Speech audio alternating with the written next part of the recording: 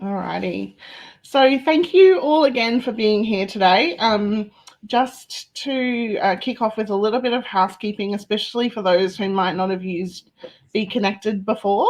If you sort of scroll to the bottom of your screen using your mouse is where you'll find a few controls come up. So there's a box with 4 boxes inside it, which allows you to change your view on your screen. So that's probably the main thing you might want to use, or to put your hand up if you've got questions, things like that.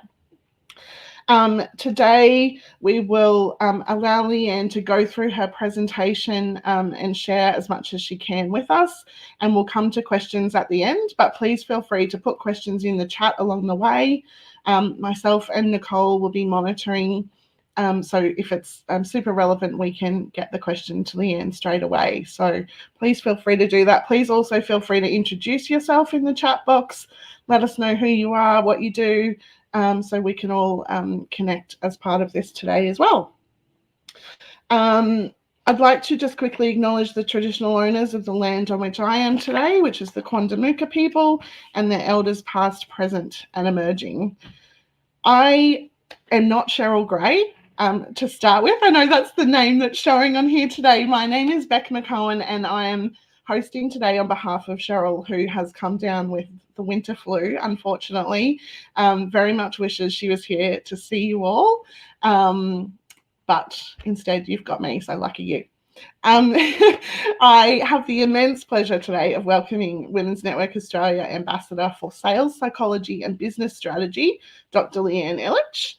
Leanne is Chief Executive Officer of Leanne Elich Consulting, and I'm going to go through her bio with you, so just bear with me, okay? Because I was saying to her before, it's a 4-page printout. I'm going to cut it down just so we're not here taking up the whole time with her bio, but Leanne will tell you more about it. Leanne is an award-winning sales psychology and business strategist, leadership coach, and author of Solving the Sales Equation. She's a graduate of the University of Sydney, Harvard Business School, and Harvard Medical School, and was announced last year as a Top 20 Women in Business 2023, awarded to her by the Governor of New South Wales. She's a pioneering thought leader in the field of psychology and neuroscience applied to sales, and a sought-after expert in bridging the gap between science and business. She's one of Australasia's most successful technology business executives and a leading expert in high-performance sales teams, with over 25 years global experience in both clinical and corporate environments. As an in-demand speaker, consultant, and coach, Leanne has worked with individuals and organisations around the world, and we are truly honoured to have her with us today. Okay, that's the cut-down version.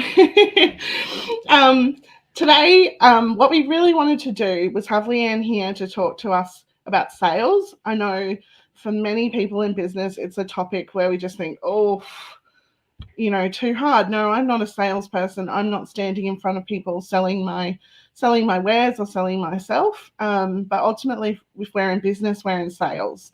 So the topic is critical, and Leanne comes at it from a really scientific angle, which I think is really helpful in terms of how we approach things. So Leanne's going to talk today about things like psychological triggers, how to engage with our audience and get the sales outcomes that we want, identifying our unique sales strengths, and how to persuasively price our products and services to get better conversion. So that's enough from me. If you have any questions, as I said, please pop them into the chat, and Nicole and I will keep an eye out for them. Otherwise, thank you again for joining us, Leanne. I'll hand over to you. Great. Thanks, Beck, and thanks, everybody, and thanks, Nicole, as well. And hi, Cheryl. You're probably going to hear the recording and watch the recording, hopefully. So a big shout out to you as well. It's great to see you all online. I am going to go into presenter mode now. So Beck's got the control of letting me know who's got questions, and please, if you do just, pop your hand up in the chat, and Beck's going to, communicate with me, and we can address them as we go along, because I don't want you to forget about them until the end if it's something pressing, or we will have question time at the end anyway that we can go into a lot more deeper. But if there's something that is pressing at the time, no problem. We'll just work along as we go. So I'll go into window and share my screen.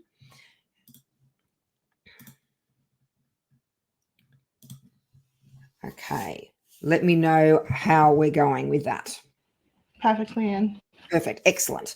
Okay, so I am very lucky to be invited to speak to you, phenomenal women and business women today. And I wanted to think of a topic that it is critical. And Beck, Nicole and I were talking about, coming to the end of financial year, we're all thinking about whether we put our prices up or not moving forward. Things have stretched from an economic perspective.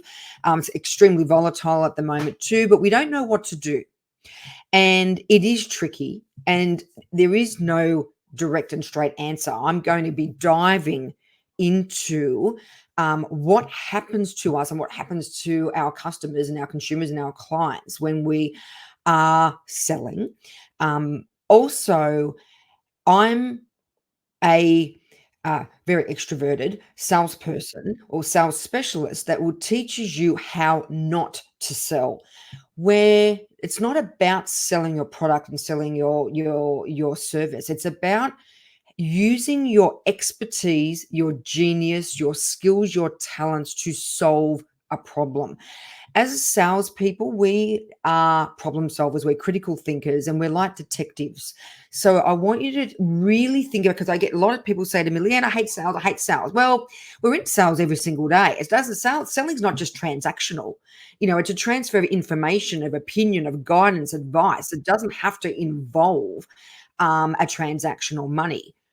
What we're talking about is obviously from a transactional standpoint, but I just want you to put on a different hat when you're thinking about selling. And I want sales to be really fun, because they are, and they build extraordinary relationships and partnerships, which is something that we should be prioritizing over the actual transaction.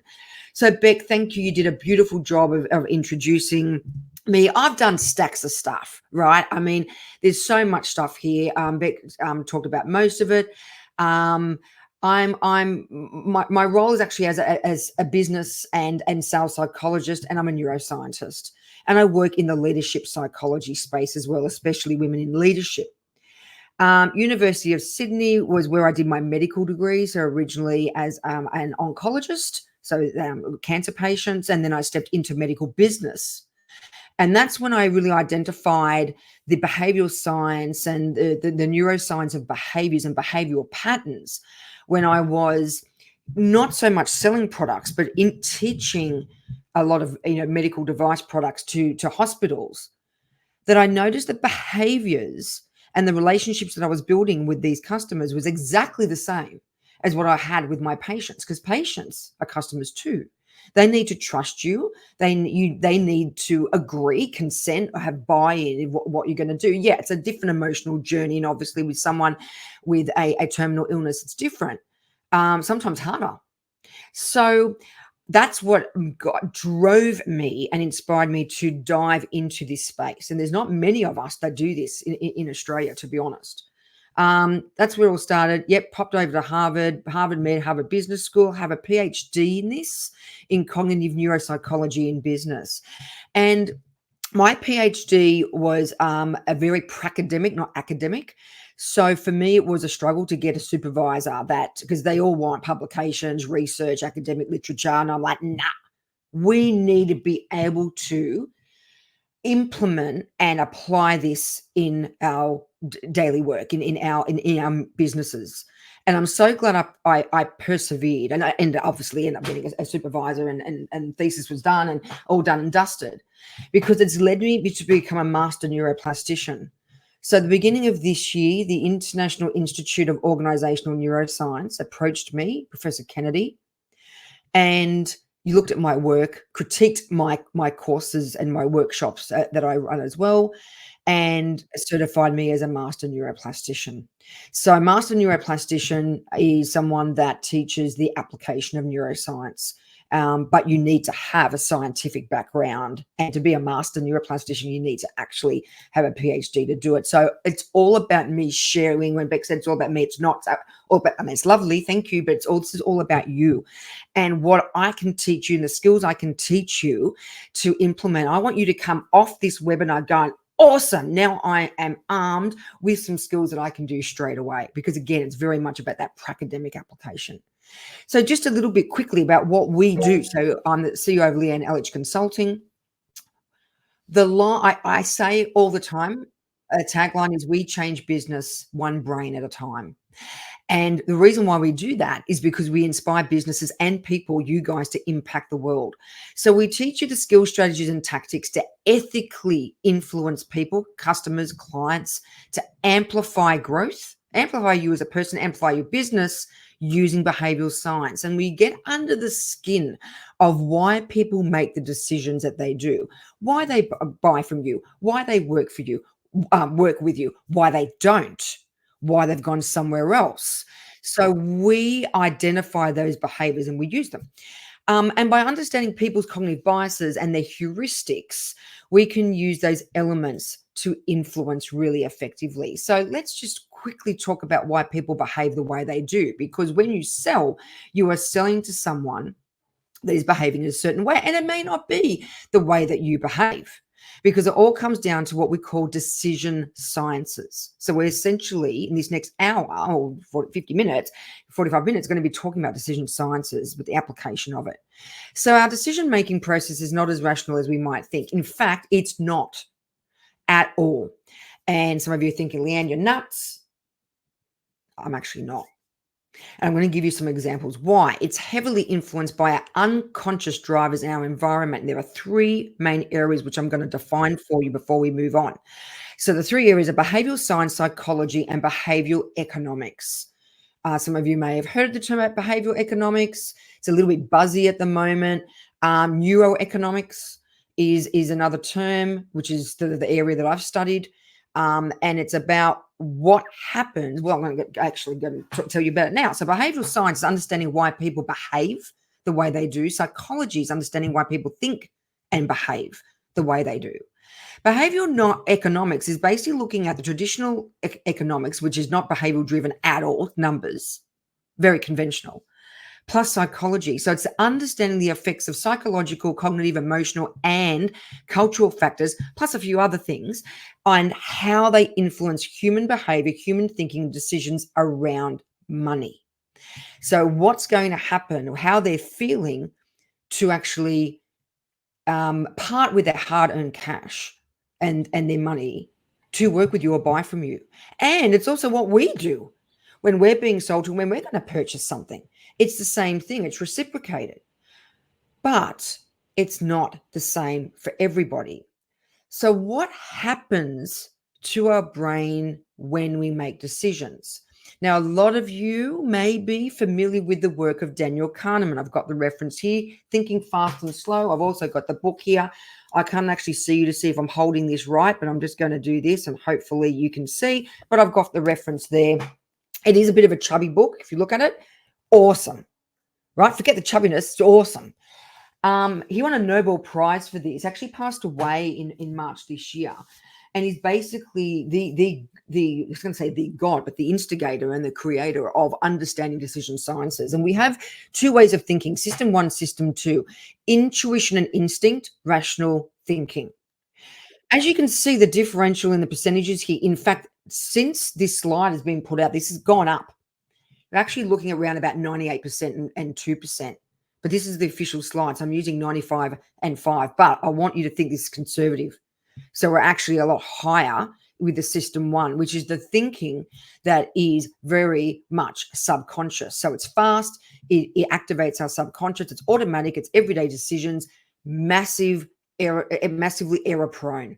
Big boo-boos because we're thinking extremely fast. We are making shortcuts. We're using assumptions. System 2 is our rational thinking is 5%, essentially 2%, but 5% slow. It's conscious. It's logical. It's complex decisions. We use our system 2 and it's reliable. But we don't use it very often at all, to be honest.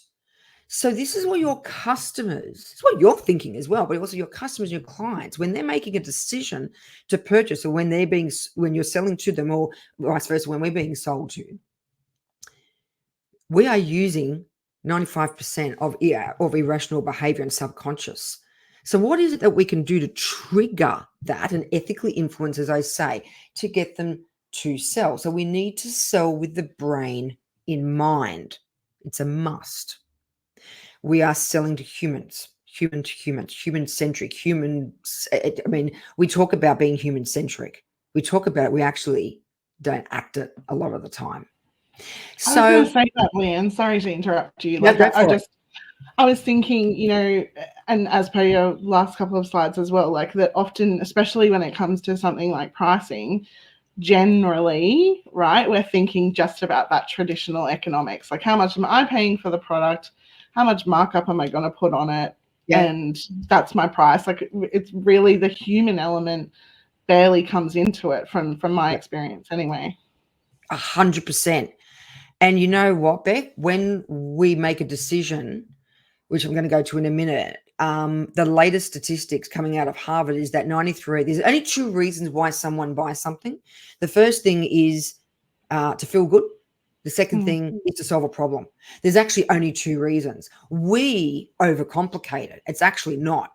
So 93% of all decisions are emotional. 7% is logic. So when we're thinking about putting our pricing together and what you were saying being human-centric, it's 93% human-centric.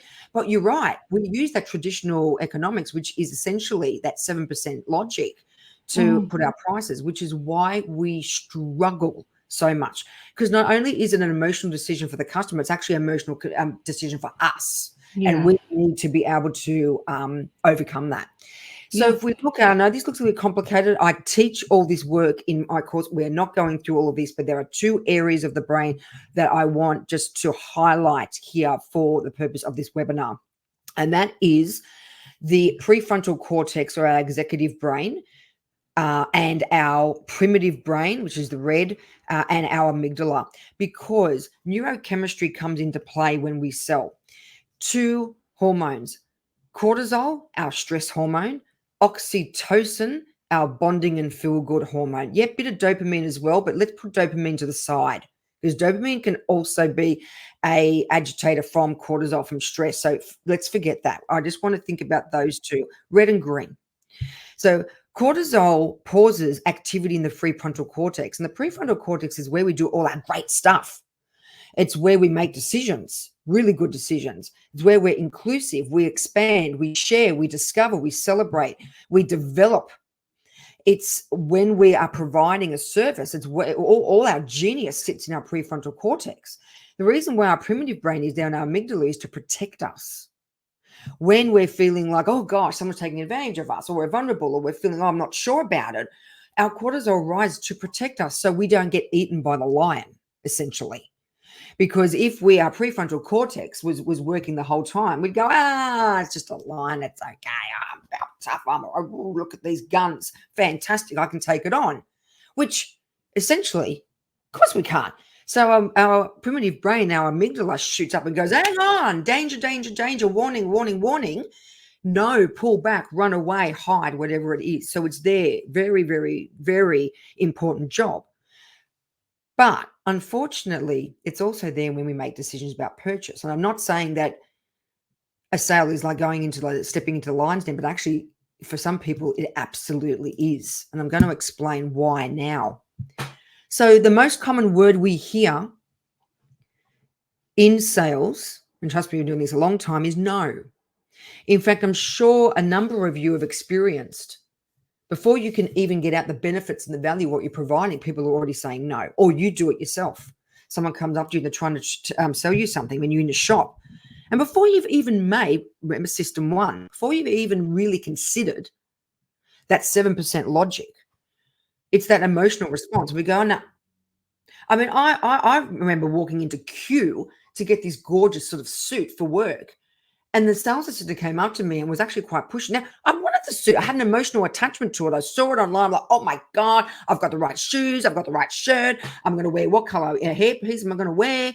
I had everything sorted, yet the emotional response I had, my cortisol going up because she was so pushy, all of a sudden, that suit that I really, really loved, and I love clothes and fashion, it actually made me think I don't want it anymore, and I walked out. So the same thing happens in our world as well. So I've got no when it comes to transacting. So there is a very famous study that is still going on now at Stanford University, Professor Brian Knutson.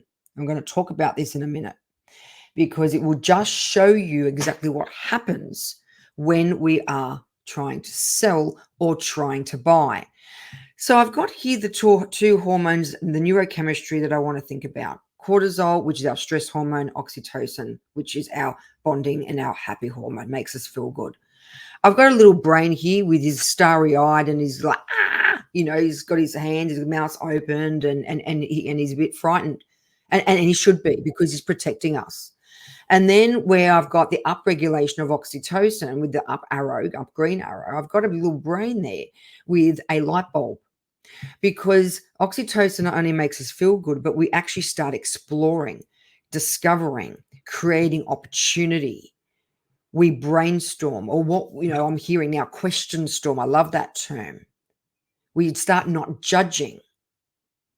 So had I gone into queue and with the intent to buy this suit that I had already basically paired up with my shoes and a shirt, and she came up to me and said, anything I can help you with, let me know.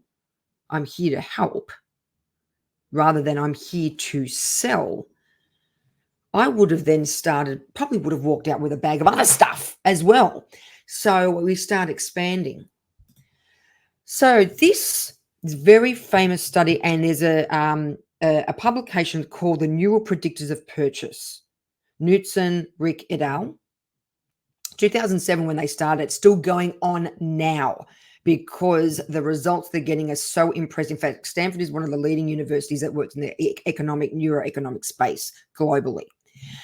So there were 3 areas they looked at: product, price, choice. And what they did is they got participants of this study to go into what is called an fMRI. So an fMRI, a normal MRI is magnetic resonance imaging. It's like a CT scanner, but you go in. A lot of you, probably are familiar. You go in. It's a very long tunnel. It's got a big, what we call a gantry with the long opening, which we call the bore, and which can be quite small at times and a little bit uncomfortable for some people.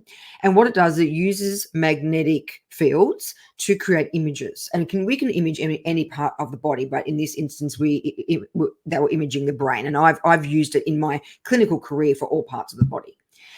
What the F stands for is functional. So what happens is it takes the MRI and that image even further. So it looks at the electrical impulses of the brain. So we could dynamically see what is happening in real time when we are imaging. So what they did is they got the participants in and they showed there were 3 phases, and they showed them 3 variations of images. So they wanted to show them a product. They wanted to show them the product with a price, and they wanted to show them a product with a price with the intent to make a choice. So the product was a box of chocolates. So for 4 seconds, they showed them a box of chocolates. And what they found was the prefrontal cortex, happy bonding oxytocin hormone activated. So they could see all this action happening at the front. Awesome. They then showed them the same image with a price. Price actually was less than that, but I just put $15 because I made it more relative to times now. Box of chocolates with a price. Same thing happened. Okay, there's a price there, but the chocolates are great. So we're getting that emotional, using that system 1 decision making. It's only 4 seconds. So we're agitating that system 1. Then we went to choice. So same box of chocolates, price is still the same, had to make a decision to purchase. I've got the 4 seconds in green for product, I've got the 4 seconds in green for price. Now, I can't actually see you guys to be interactive here, but I've got the 4 seconds not in green because what they expected was happiness. And they expected, oh, now they're going to choose yes to buy and they're going to be really, really happy and awesome. Fantastic. So they expected all this electrical impulse and activity in the front. What they got was no activity at the front. It was all at the back. So cortisol went up, which Brian Newton says that humans are afraid of money. Because what now? It's a sweeping statement, I understand, but what he's saying in this publication, the work they're doing is that when we have to part, so when we have to make a decision to part with money or to transact, we go into protection and stress mode. And this was repeated and repeated and repeated and repeated, and it happened every single time. I actually have a copy of this publication if anyone is interested. I can also put the link to Daniel Kahneman. And his book. So we go back to our little brains. The cortisol, our stress hormone, as soon as we have to make a choice to do something to transact, goes through the roof. So we're no longer happy. We're actually in protection mode. I want you to think about that because this is what your customers, clients are thinking about and going through. I think everyone's super interested in that, Leanne. Like it fascinates me that we didn't react to the price being there. We still went, yeah, cool, chocolates, there's a price. Okay, whatever. But as soon as we have to make a choice to, actually physically hand over the cash, we're like, whoa, no. What the hell? Yep. Panic. And the reason why they did it 4 seconds because they were activating. They didn't want them to think about it. We want intuition and quick that system one subconscious thinking. We don't want people to go, do I really want them? They are testing what the immediate thought is in decision sciences, and that's right. They were perplexed too, Beck, because they weren't expecting that. They actually thought that they were going to upregulate oxytocin. Which is why the study now, we're now 2024, is actually still going on. There's a whole lot of other work that they're doing based on that. Yeah, it's mind-blowing, right? Okay. So we've come up with something called the purchase formula, which is the likelihood of purchase. It equals the amount of reward activation. I'm assuming you guys can see me too, not just hear me. So pre-funnel. Divided by the amount of pain activation. And this is where the emotion logic comes in. I just want you to think about this formula when I talk about these 3 principles before we go into some practical application. So we've got 3 fundamental principles of how our brain works and the decisions, the sciences behind the fundamental activation of doing something and making a decision to do something. So these are the 3 principles, and any of you that have heard me speak before, I talk about these a lot because these essentially are the fundamental and the foundations of neuroscience. This is what happens to us when we're making decisions, and we really need to understand this. So the 3 main things, there's a lot more, but 3 main things. Everyone is irrational. We don't know what actually motivates people, and no one likes to think. And it's not that we don't like to think, or it's that even if we want to, we can't. So we consume 174 newspapers of information every single day.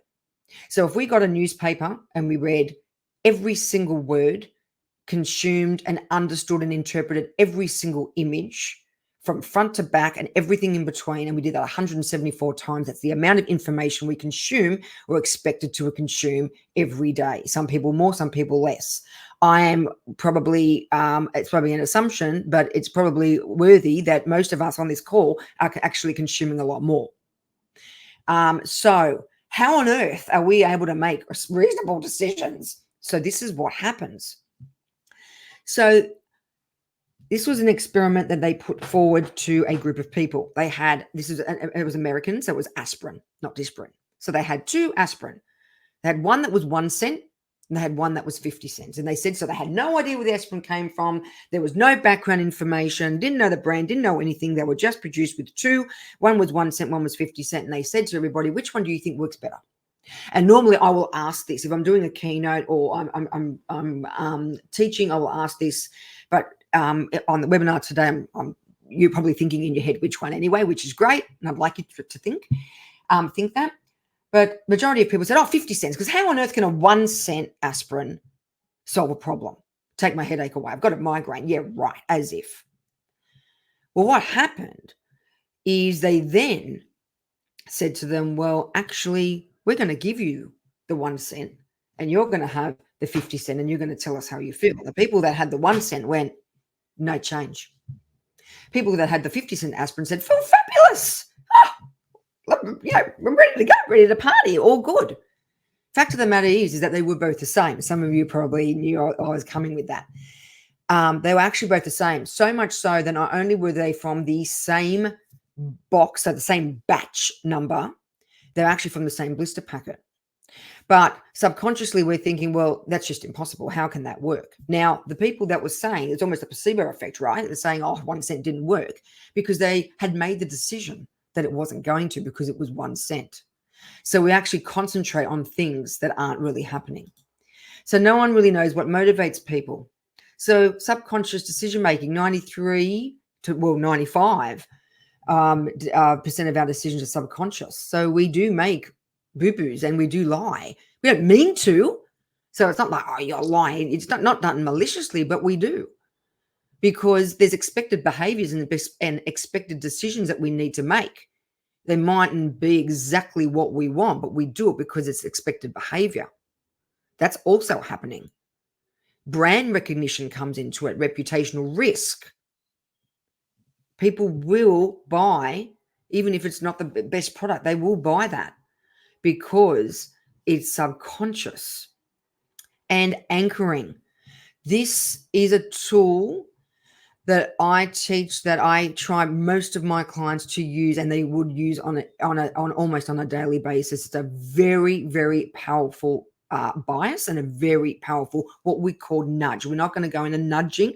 We don't have time to go into nudging, but it's another area of creating ethically influence and persuasion to nudge someone to do something to get the outcome you want, but more importantly, the outcome that they want. So it's all about the customer and the client first.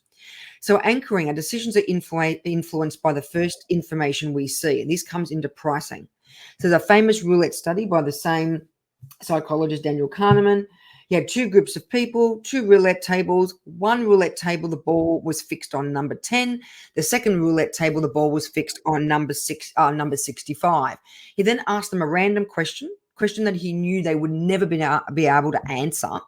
And the question was, how many African committee members are there in the United Nations? So something really random. So they absolutely had to, really guess, right? Those that had in the group where the ball of the roulette table was fixed on 65 answered 75% higher because they were anchored to a higher number. They then answered a higher number. Anchoring or priming, but anchoring is a very it's priming on steroids, so to speak, is extremely powerful when you are selling a product or a service. And the third one, no one likes to think. The capacity of our brains to process information is very limited. Our brain is the most metabolically expensive organ that we have. I just said 170 for average, right? 174 newspapers of information a day. We're going to make mistakes. In fact, we're supposed to make mistakes. We take shortcuts. That's what heuristics are. Heuristics are where, say, we have a full circle of information and we just take bits and pieces because that's all we can do. But what happens to the gaps? We make it up, and we often, most of the time, make it up with the information that suits us, that's suitable to our narrative, what we want to hear, what we want to see, whether it's right or wrong. So that leads to decision fatigue and really poor decisions. So we need to overcome all this. So we need to guide decision-making of our customers and our clients, which is tricky because all of us are doing so much thinking, right? Not only are they, but so are we. So we need to be able to guide them to a certain decision. And we can do that. It's called a choice architecture framework. and it uses nudging and cognitive biases, but out of the full scope of this webinar, because I really want to get into some pricing so you guys can, get your teeth stuck into that and use some of these tools. But as we go into pricing psychology, essentially we are guiding people to make the right decisions, because we're going to be using these tools that will nudge people in a certain way, not only to think a certain way, but to look at our pricing in a certain way and actually look at it positively. So nudges contain a design and communication elements that gently steer individuals toward a desired action in a particular environment, which is what we're going to do here. So before I go on, just want to check if there's any questions or comments or...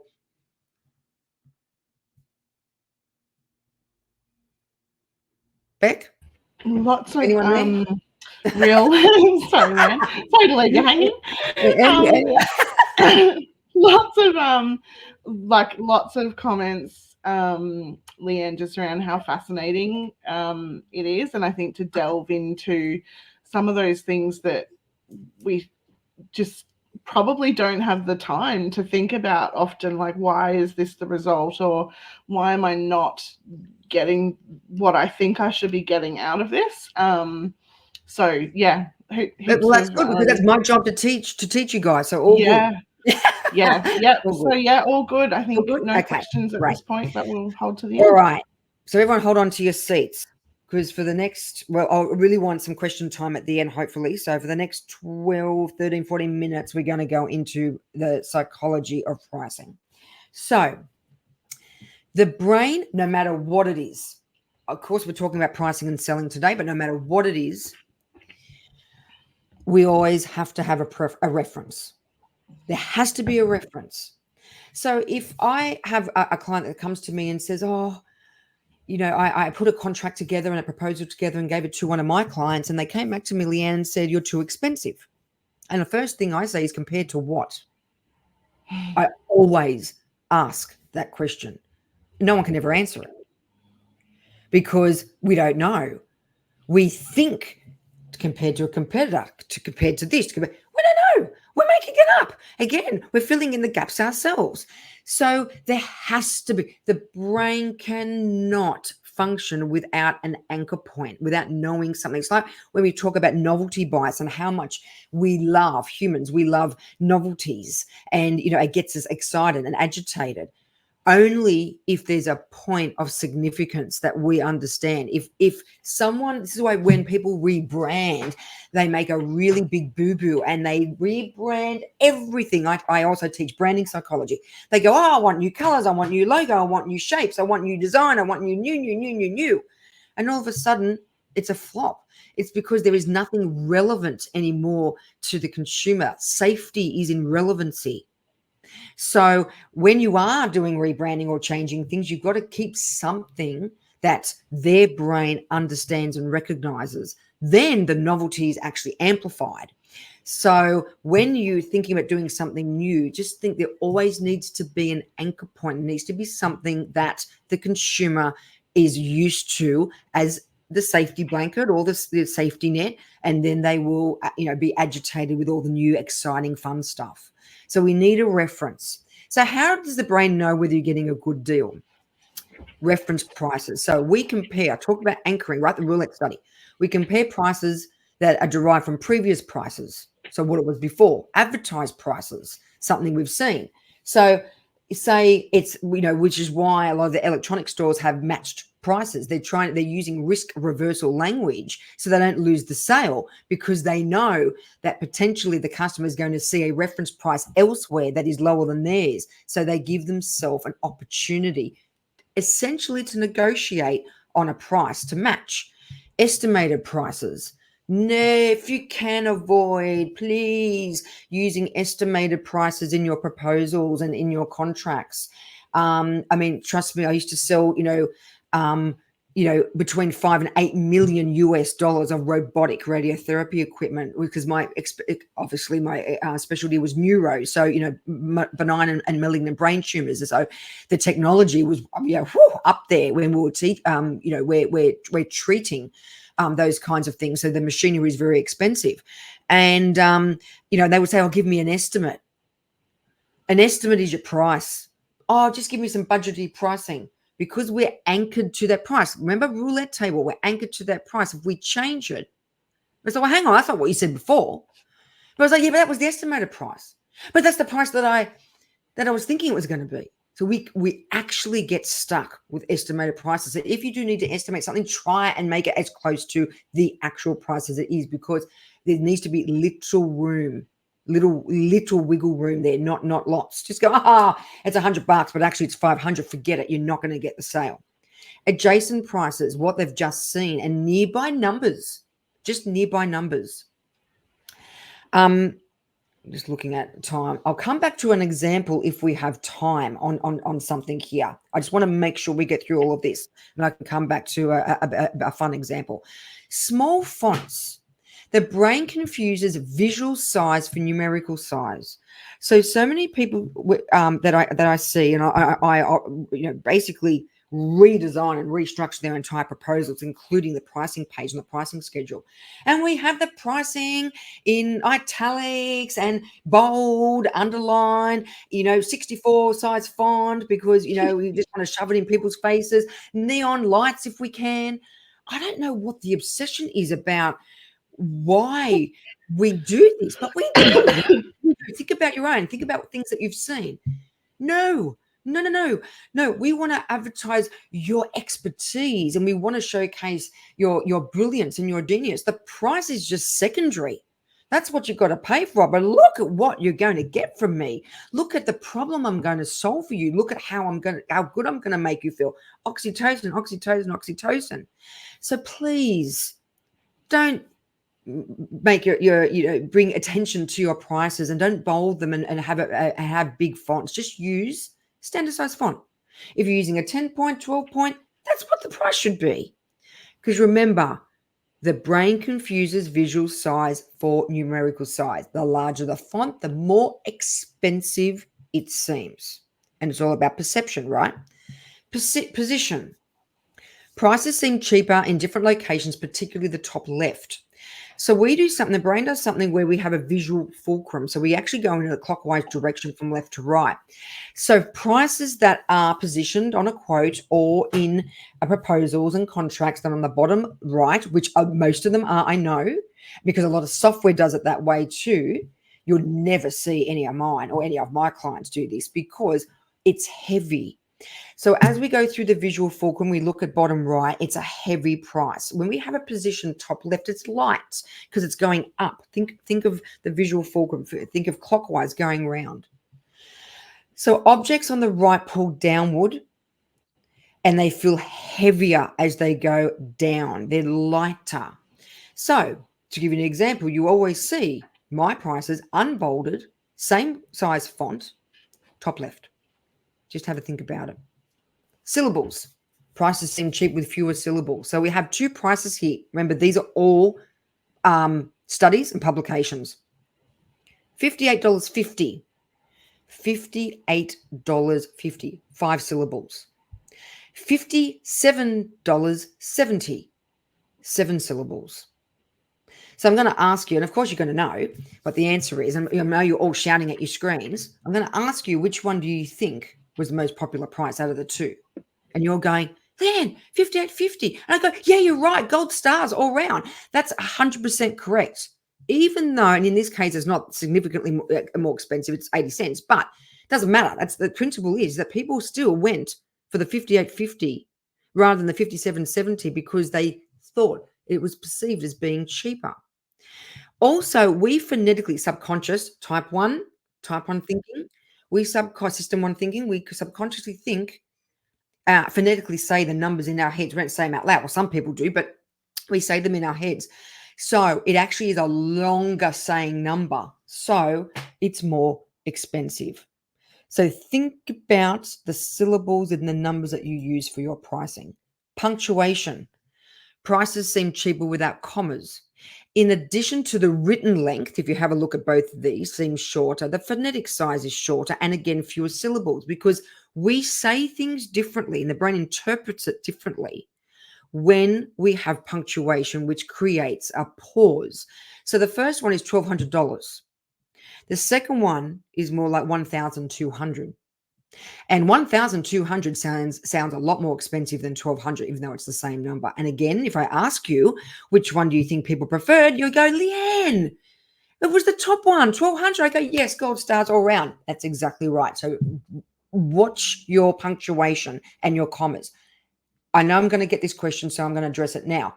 Once we go over the $10,000 mark and we're getting a lot more significant figures and numbers, we tend to have to put them back because it then looks longer.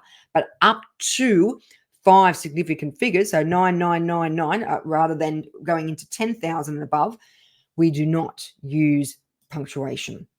Smaller units break your prices down.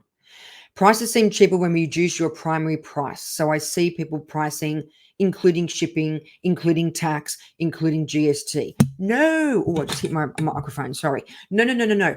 You want to break it down. So instead of having $57 including shipping, we want $50 plus shipping. For some reason, well, not for some reason, there is a reason, but I haven't got time to explain. Again, it's a neurochemistry reaction. We look at the added costs of shipping, fees, whatever, as sort of insignificant, or almost someone else pays that. So when we look at a price go 50 plus shipping, we know we're paying $57, but we're actually paying 50 and 7. Where when we're paying $57, it's $57 for the product. So make your prices for always plus GST, never include, unless it's a particular situation or you've been asked to. For the majority of the time, it's plus the next part. Free or zero. Some of you know I do something called Friday Fun Facts. I have for years and years and years on LinkedIn, on all social media platforms, but LinkedIn is where I get the most communication. Has now got a cult following, literally. I've created this monster. It's a good monster because I'm educating lots of people. I just got to keep it up, which is fine. It's fun, but I just got to make sure that it's consistent. And I talk a lot about pricing psychology. And basically, Friday Fun Facts is on a Friday, I post a psychological fact in business, how you can use a certain tool. There's all sorts of things, and I've been doing it for years. We've created ebooks about it. It's on the website. This has got to be one of the most popular and most asked. People are most curious about this, free or zero. We value something of no cost much more than free. It's called loss aversion or loss aversion bias. We value, the brain values losing something twice as much as gaining something. So we're happy with the status quo. If we're going to gain something, we go, oh, okay. But if we're going to lose something, they go, oh, hang on a minute. So when we say free, it feels like a gain. So people go, whatever. When we say no cost, it means that you could potentially lose something, but you're not. So all of a sudden people go, oh, hang on. I'm interested in that. So using the words no cost or zero, the dollar sign with zero, no cost, or even the word complimentary is actually better than free. Beck, I don't know if you were there when I got Cheryl to do this at the Sydney Build Expo. Yeah, I was. And people, giving 3 months for free. And people go, oh, that's great. Remember, I said, oh, Cheryl, can I just, suggest using complimentary? And all of a sudden, everyone's ears pricked up, didn't they, at the table? Yeah. It was really incredible to see the difference it made. Like to us, using the words 3 month free was like, obviously, this is a great thing. Like, of course. But yeah, as soon as it was switched to a complimentary 3 months of membership, was like, people were like, oh, complimentary. Okay, great. Where do I sign up? Sign up? And Cheryl just looked at me and went, oh my God, I know. It's all in here. Yeah. So you firsthand have experienced that, and it was great. This is a bit of a fun one. I don't think we've got any boys online, but so let's take advantage, girls, because I do, especially with shoes. So it's a testosterone-based thing, unless a male is green or red colorblind. Obviously doesn't work, but men, when they see, or testosterone-driven individuals, mainly men, when they see red prices, they actually assume, or it indicates, or intuitively, again, using their system one thinking, that it indicates savings. And so this is a study, very famous study, where you can see the red and the black for men and women. Women, there's a slight change, not much, but men, significant change. So I actually tested this. I actually bought a pair of shoes. I actually crossed out the price with a red pen. I put it and wrote the same number, but in red. And I showed my husband, and Chris goes, "Oh, that's a bargain." I went, "It sure was." Oh, and I laughed. Love I laughed and that. laughed. Yeah. Yeah. I know it's a little bit naughty, but I laughed and I thought, got away with that. But I just, and then I obviously told him what I did. And he's like, "Oh my God." And he said to me, he goes, the color is stimulate, which it does, testosterone. They think that it is, saving. So that's just something to think about. And I have a couple of clients that are constantly quoting, sending proposals to men instead of more the construction, the industry. And we will do it in red and it never gets questioned. Or sometimes I actually go, "Thanks for the discount." Left digit bias, again, another controversial one. We're nearly finished. That's good. So we subconsciously, it creates a sense of significant price reduction. So I get asked a lot, "Oh, Leanne, should it be 99 cents?" I mean, we don't work in that currency or that nomenclature anymore anyway. 99, 97, 95. It's not so much the cents number. It's the left digit bias. It's the going from, with $2.95, it's going from the $3 to the $2.95. $2.95, $2.97, $2.99, same. But it's the two that is what's important here. So our brain encodes prices before we finish them. So that's why $2.95 seems cheaper than $3. $49.99 seems cheaper than $50. And there's 5 cents with the first one. There's 1 cent with the second one, and then $149,900 seems a lot cheaper than $150,000, and it's literally only $100. So really want you to think. I use this all the time. I encourage all people that come into my world, in my orbit, to actually do this. But left digit bias is very, very powerful. Now, just finishing off, I just wanted to show you some of the results that you can get by using these particular nudging principles with pricing psychology. And there's loads more. I've just sort of showed the top 8 that are easy to implement straight away, which I know you're dying to do. So with this case study, it was results in 2021, 2022. It was over 12 months. Actually happened about 9 months, but generally when we look at data, we like to look over 12 months. So we looked at this particular company. It was in the med space.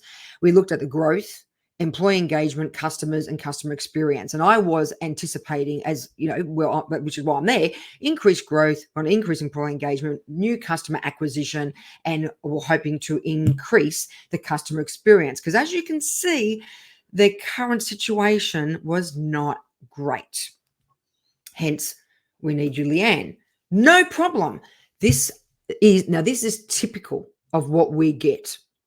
So this is an anomaly. It's not an outlier. This is standard.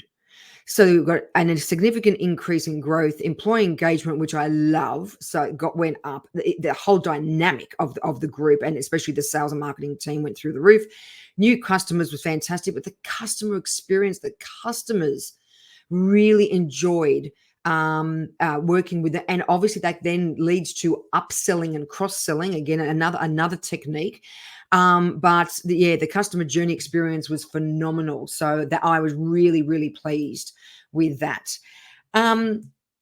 This is where I teach this in a huge environment. The Sales Psychology and Art of Persuasion course. It's actually just won an award, and partnering with Women's Network Australia. The current course, the June-July, has already begun. We've already had our first week. So that was sold out. In fact, I actually had to open up another spot for someone. So that's sold out. Our next one is October, November. It starts the 18th of November. It's in the virtual classroom because it's global.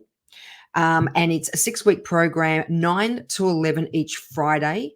It will be daylight saving then for us here in Sydney and other areas in Australia. So it's 9 to 11 Australian Eastern Daylight Saving Time each Friday.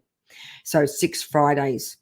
There you could register. It is a paid course. You register. There's the link, also the QR code. But the other thing that I wanted to bring to your attention, which I'm so excited about, is that this course, as recently won an award, it allows you to actually be certified in the neuroscience fundamentals in business, and you get admission to become an associate neuroplastician.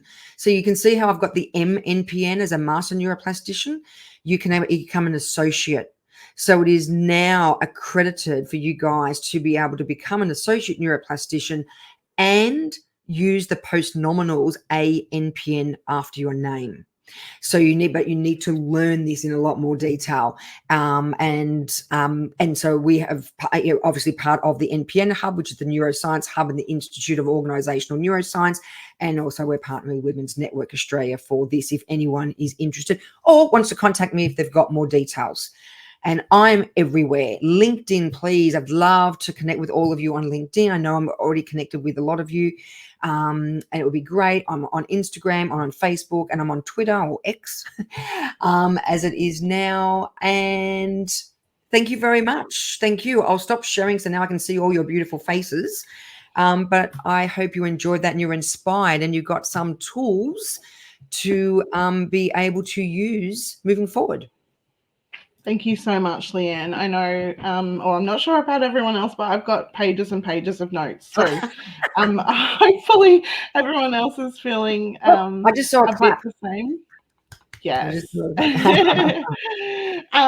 There are a couple of questions I might hand over to you, Leanne. So firstly, from Sonia, she's asked, at what point in our interaction with customers do I introduce the price, like online or via social media? Well, if they ask the question, it's hard to avoid. You sort of need to, but it should be after at least several interactions. What's your business, Sonia? Just so I can get context. I work with parents of newborn babies, teaching them an understanding of their newborn babies and their cries. Okay. Oh, wow. That's so important. Oh, my gosh. So what you want to actually do is talk about how you can help and solve the problem first, and the value and what you bring, your expertise. I wouldn't be bringing price in until at least you've had several interactions or meetings or whatever with people, unless they ask. If they ask, it's a little bit different. But if you're asking, you don't just say, I make up a number, right? You just don't say, $1,000, or let's use the 1,200. Let's use what was in my prezzo. You say, well, what the package is or what the service is this. You're anchoring them. Yeah. I would also anchor them by saying something of this sort of caliber, again, just hypothetically, just using the $1,200, something of this caliber essentially would be around the $5,000 mark. So that's, you're anchoring them. But what we provide is $1,200. So actually this example, I'm going to quickly say, is going to help you, Sonia. So the example that I normally give when I teach this is going into Bunnings and buying a $100 voucher, or going into Bingley and looking at a $5,000 TV. Now, the price differential is huge, but we're anchored with $100. So when we go and look at the 5,000, we think, geez, that's expensive. If I went into Apple and bought a $3,000 Mac and then went into Bingley and looked at that same TV, besides the price differential being different, we're anchored with a higher number. So the $5,000 TV does not seem as expensive. So that's why I'm trying to get you, and the example I'm giving you is to anchor them with, we do this, and this. I'm talking very fast because I know there's other questions. This, and what the service would be, would come to something, around, think of something reasonable that it would be. Don't lie, not that you would, I'm not saying that you would, but just, be reasonable with it. It would be, something along the lines of 4,800 or, 4,800. But in that instance, you want to use the 4,800. So it seems more expensive, but what we provide is $1,200. So you've anchored them and they'll go, because as I was saying to Beck beforehand, pricing is always a smokescreen. Always. I teach this in negotiation psychology. It's never about the price. If there's a competition, or if there's something around the price, we've got our reference prices, or there's a bit of objection around price, it's because you haven't actually demonstrated your value or what you're offering. You actually haven't solved the problem or made them feel good. Oh, that's not my microphone. Sorry. Think about those two things. Does that help? Yes. Thank you very much. Yep. Just following on from that, Leanne, Mona has asked, should we put prices of our services online or leave them off and wait for people to inquire? No, it depends on the service. It depends on the product. I'm not against about being upfront and putting prices on. I do for my course. Obviously, my programs that are bespoke aren't, but I do because it actually gains trust. So even though we have that immediate, remember the chocolate, the fMRI study with Brian Knudsen at Stanford, even though they'll have immediate, then all of a sudden that reduces and they go, oh, geez, you're being really transparent, you're honest, and that's someone that operates like I do. So the next thing you get what we call an oxytocin injection. So if you can, I'm not against that. Obviously, if something's $35,000, you might want to consider. But if it's something it's reasonable, there's a lot of benefit in having it on your website or in your brochures and things like that, in your collateral. Can I just, because that was my question, because my packages are bespoke depending on if it's I help people write either their business legacy or their entrepreneurial journey or the individual story for their family. So mine are really bespoke. So for a 90-year-old man who may only have, want to only have, won't share so much, I really want to be kind of then don't charge him what I would charge someone who I'd write a business book for. Yeah. So in that instance, I wouldn't, or what you could do is separate the services and have them, this is one service, this is another service, this is another service, and have it priced that way. Also, just while we're talking about that, don't put ranges. So that's another question I get asked. Between 5 and 10,000, what do you think is going to happen? It's like the estimated price, right? You're anchoring them to 5. If you all of a sudden say, oh no, it's actually 9,500, go, well, hang on a minute. You put it was between 5 and 9. It's a lose-lose for you. So don't put ranges because people will always gravitate to the cheapest. If that's what it is, that's what it is. If it's not, put what it is. Yeah. Thank you. Awesome. Thanks, Leanne. Lily has asked, what's your top strategy to increase the amount of reward activation and decrease the amount of pain activation? So, God, that's a huge question because everything that we talked about just then in that pricing psychology is actually activating reward. Yeah. So the first thing we want to think of is, again, those two things, feeling good and what's in it for me. So, if it's going to solve my problem. So if people see that, and this is another thing, in terms of time. So time is a big one because consumers will go to great lengths to spend more money to save time. And there's actually a study around that too. I mean, I've got studies coming out of my ears. So if something along the lines of the benefits are, that you're going to save time, you're going to do this, everyone goes, oh, wow. So all of a sudden you're getting those pleasure, that activation, the activation of the reward and the pleasure going, yes, yes, yes. As that's going, they're going, yes, yes, yes. It's actually diminishing the pain activation. So talking about what it's going to solve, talking about how it's going to feel is the first thing to increase it. Then you bring your pricing in. Very similar to what I said about with Sonia. It's very similar. But everything that we learned here with those tools, with pricing, will activate reward rather than pain. Awesome. I think, Mariam's asked another one of those scenarios where prices vary and services vary. So how to sort of can we say something like prices start from rather than a range, or would you not go there either? No, I and you see this a lot. And that's a really good question because you do see prices start from, or the package starts from, again, we're anchoring people to that price. So if prices start from 5,000 and then you give a price of, 8.5, I'm just using that example, they're going to go, that's a $3,500 difference. But hang on, I said that it's like estimated prices, right? But I said start from, but no, you've anchored them to the 5. So I wouldn't even go there. So better off just making it here's an outline of a package and inquire to find out more. And that way you have those interactions and you talk about pricing down the line. 100%, because you're actually setting yourself up to devalue what you offer, and you're not going to be able to charge what you should be charging. And we tend, especially women, I find we tend we all need to put our prices up. Probably every single person on this call. We do, yeah. Because we don't know how to price. It's so hard. It's so hard, which is why I'm here talking to you guys, today. But yeah, so we tend to actually devalue ourselves and price beneath what we should be when we do that. So I would not have, have that on there. That's great. It's starting from, yeah. Thank you so much, Leanne. Welcome. That sort of covers the questions in the chat. So I'm just going to stop recording at this point.